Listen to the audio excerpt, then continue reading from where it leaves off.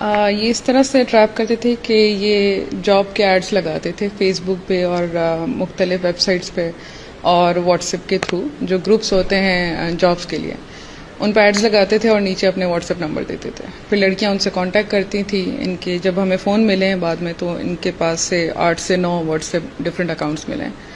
تو وہ ان پہ گروپس پہ لگاتے تھے، لڑکیوں کو ڈی ایم کرنے کو کہتے تھے. وہ ڈی ایم کرتی تھیں تو انہیں کہیں کسی جگہ پہ بلاتے تھے. پہلے 1-2 دن بات کرتے تھے، ان کی کوالیفیکیشن وغیرہ پوچھ کے انہیں کہیں بلاتے تھے کہ آپ ادھر آ جائیں انٹرویو کے لیے، اپنے ڈاکومنٹس لے آئیں اور بس کچھ ضروریات ہیں وہ پوری کریں گے اور اس کے بعد آپ گھر بیٹھے کام کریں گی اور آپ کو ایسی سیلری مل جائے گی. پھر جب لڑکی جاتی تھی وہاں پہ تو پھر اسے کسی گیسٹ ہاؤس لے جاتے تھے، یہ دکھا کے کہ یہ ہمارا آفس ہے، کیونکہ باہر بورڈ نہیں لگا ہوتا تھا. اور پھر اس کے ساتھ زیادتی کر کے اور اس کا فون چھین کے پھر اسے کہیں روڈ پہ چھوڑ دیتے تھے. اور بھی یہ کرتے تھے کہ اس کے بایو میٹرکس بھی لے لیتے تھے اور پکچرز لے لیتے تھے CNIC وغیرہ کی، اور اسے بلیک میل کرنے کے لیے کہ اگر آپ کہیں گئی تو ہم آپ کے خلاف آپ کی پکچرز لیک کر دیں گے یا کچھ ایسا کرتے ہیں. بایو میٹرکس لینے کی وجہ کیا تھی؟ جی میں نے اس سے انٹروگیشن میں پوچھا تھا کہ بایو میٹرکس کیوں لیتے تھے. وہ انہوں نے یہ بتایا کہ وہ جائز کیش کے اکاؤنٹ بنواتے تھے، بعد میں لڑکیوں سے پیسے بھی منگواتے تھے کہ آپ کی فوٹوز لیک کر دیں گے، ویڈیوز لیک کر دیں گے.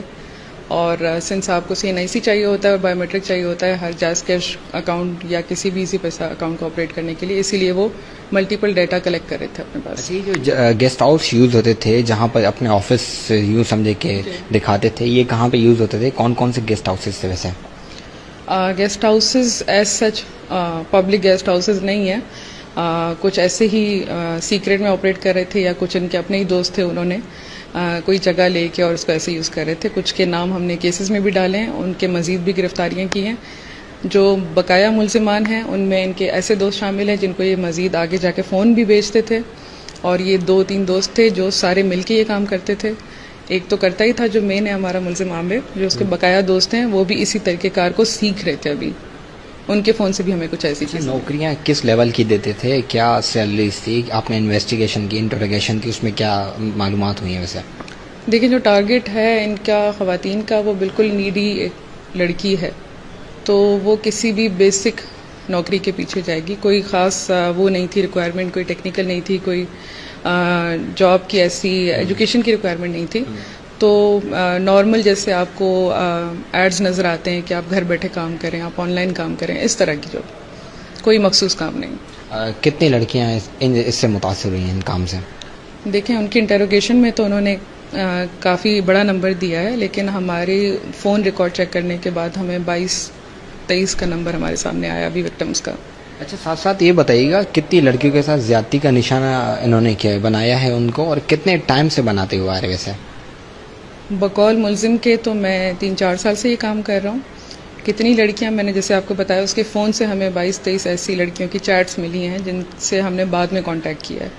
تو ہمارے پاس ابھی تک 8 لڑکیاں آ چکی ہیں اپنا بیان ریکارڈ کروانے کے لیے. تو لڑکیاں اتنے ٹائم سے خاموش رہنا ان کا، اور پولیس کو 3 سال بعد یہ بتانا، FIR کرنا، یہ کچھ معاملہ کس طرف جا رہا ہے ویسے؟ جو کرنٹ کیس ہے جس پہ ہم کام کر رہے تھے وہ تو ریسنٹ کیس ہے جس کے بعد ہم نے اسے گرفتار کیا. جو بقایا لڑکیاں ہیں جن سے ہم نے بعد میں کانٹیکٹ کیا، ان کی یہی ریزن تھی کہ فیملی اور سوسائٹل پریشر میں آ کے انہوں نے رپورٹ نہیں کیا کرائم. انہوں نے پہچانا بھی یہ لڑکے کو کہ یہی لڑکا تھا، یہی کیا تھا، ہمارے ساتھ سیم یہی طریقہ واردات تھا، لیکن ہم نے رپورٹ نہیں کیا بیکاز فیملی ہے، آگے اور چیزیں ہیں، اسی لیے ہم نہیں چاہتے تھے کہ ہماری عزت پہ بات ہے. کسی نے جا کے ڈکیتی کی FIR کی کیونکہ ان کے فون بھی چھینے تھے، لیکن ریپ کا کسی نے انکوائری نہیں کروائی. ابھی کروائی ہیں. اچھا، کتنے ملزمان گرفتار ہوئے ہیں ابھی تک؟ ابھی تک ہمارے پاس 3 ہیں. کیا نشاندہی ہوئی؟ کہاں کے رہائشی ہیں؟ کس طرف یہ رہتے تھے؟ جی ایسٹ کی رہائشی ہیں، ملینیم کے پاس ہی موسٹلی وہیں بلاتا تھا لڑکیوں کو. باقی بھی اسی علاقے کے ہیں، گلشن کے اور جوہر کے ہیں. اچھا میڈم، خواتین کا دیکھا جائے جس طریقے سے ملیر میں ایسے بڑے واقعات رونما پیش ہو رہے ہیں، یہ وجہ کیا ہے؟ آپ SSP انویسٹیگیشن اس چیز کو آپ دیکھ رہی ہیں، یہ اس کے ریزن کیا ہے؟ بیہائنڈ دا سین کیا ہے ویسے؟ جاب کی کمی ہے، لڑکیاں نیڈی ہیں، پیسے کمانے کے چکر میں کہیں بھی کوئی آپ سے کانٹیکٹ کر رہا ہے تو جیسے میں نے وکٹم سے بات کی ہے تو مجھے یہی سمجھ آیا کہ وہ تو نادانی میں گئی ہیں. ایز سچ کوئی انہیں اندازہ نہیں تھا کہ ان کے ساتھ آگے یہ ہونے والا ہے، نہ ہی ان کی فیملیز کو اندازہ تھا. وہ فیملیز کو بھی بتا کے آ رہی تھی، لیکن فیملیز نے یہ سوچا کہ کہیں جاب ہے، ایڈ آیا ہوا ہے تو کوئی اسپیسیفک سا آفس ہوگا، کسی کو یہ نہیں. بالکل مڈل کلاس طبقہ ہے، بالکل یہی وجہ ہے. اور بس یہ اس ہمارے لیے حیران کن یہ ہے کہ یہ ایک ایسی وجہ ہے کہ جس سے کوئی بھی متاثر ہو سکتا ہے. مزید پولیس کیا کارروائی کر رہی ہے اس کے خلاف؟ اس کے خلاف ہمارے پاس اچھے خاصی ایویڈنس موجود ہے.